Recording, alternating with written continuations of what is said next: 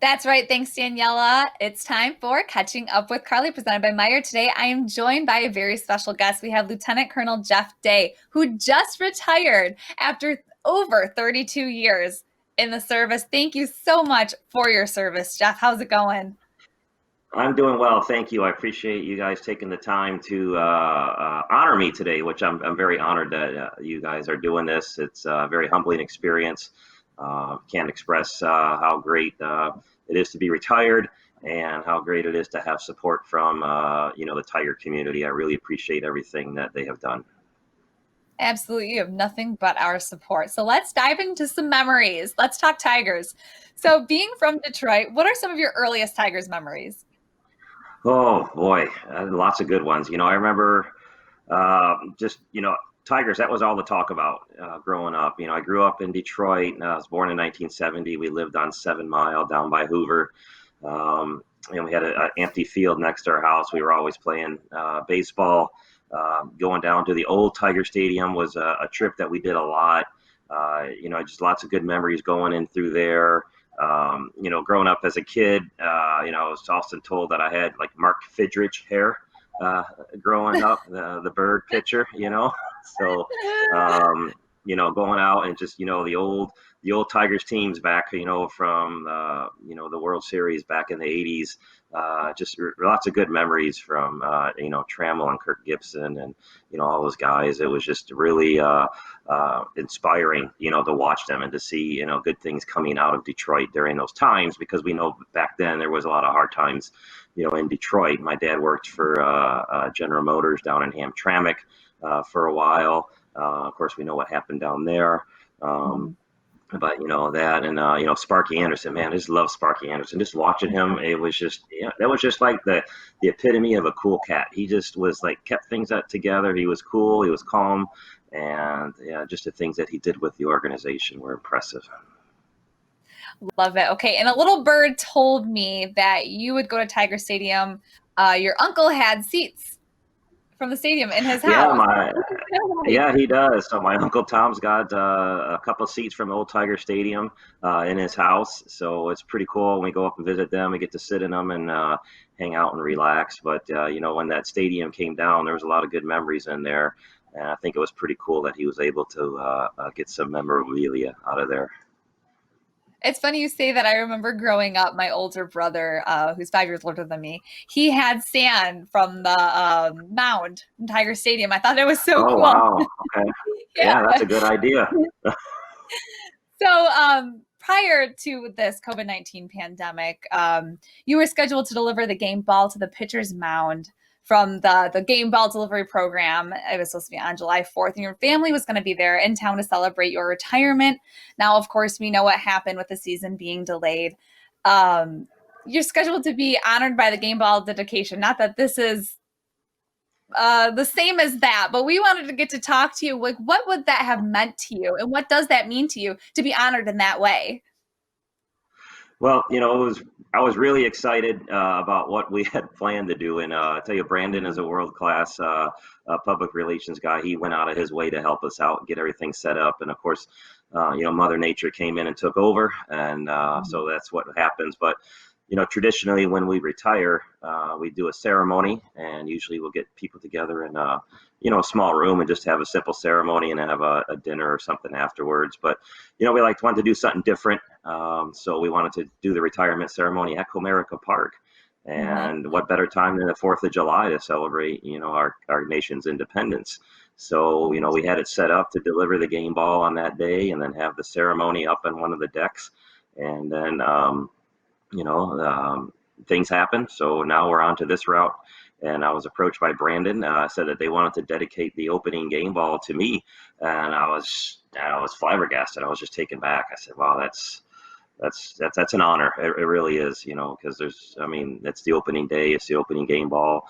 To me, that's like, am I worthy of that or not? But I appreciate that. And I appreciate, them taking the time.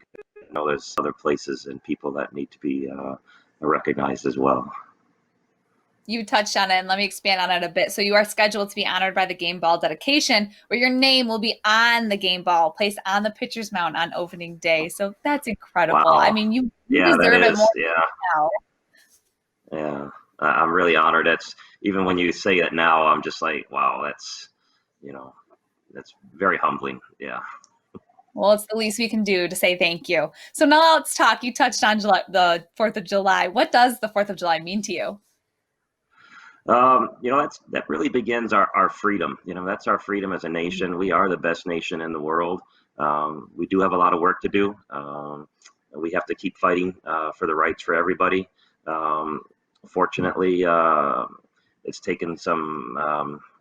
We'll just say it. It's taken some actions of some bad people that have brought things to light. Growing up in Detroit, you see a lot of stuff that happened there. But as the years come back that I've come and visited, to see the progress the city has made with turning things around, and, it just gives you hope.